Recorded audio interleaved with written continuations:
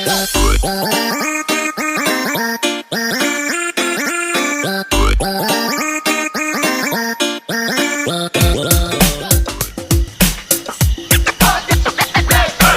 what's up guys and welcome back to my YouTube channel. This is Tips Mio and don't forget to subscribe my YouTube channel mga ka-tips. For this video guys, I wanna show you na meron akong nakita na isang ibon or bird sa aming farm. Siya siguro yung tagapagkain ng aming mga prutas mga tips na dragon fruit. So pinapangalan ko siyang Tips Mio dahil itong ibon na to is hagop or maamo. Ayan, so narito mga tips oh. Ayan. Hello Tips Mio, welcome to our farm. Ikaw pala yung tagapagkain ng aming dragon fruit ha. Oh, Tips Mio, ikaw ay busog na ha? Busog ka na ba? Ayan oh. Hello Tips Mio. Siguro mga tips itong ibon na to is bata pa. Ayan. Naman ko mga tips itong ibon na to is ang pangalan nito is Kukuk. Ayan. Hindi ko alam kung ano yung pangalan nyo nito. Ayan o. Anong pangalan sa Tagalog.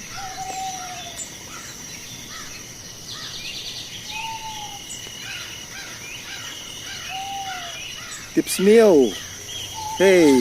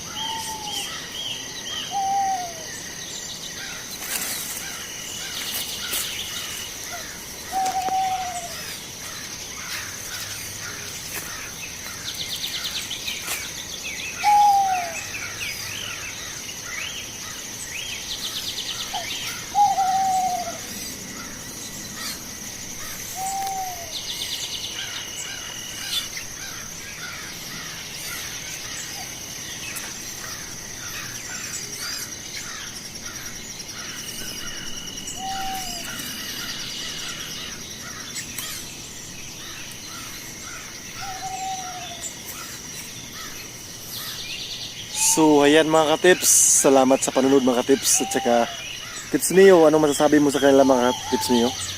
Ayan, maraming daw salamat mga katips. Yan. Si Tips Mio po is pag-alagala lang dito. Ayan, kasi alam kong need niya yung mother niya. Ayan. Kaya di namin siya gagalawin. Diyan lang po siya. Yan mga katips. Bye bye Tips Mio. Bye bye. Say bye bye. Bye bye.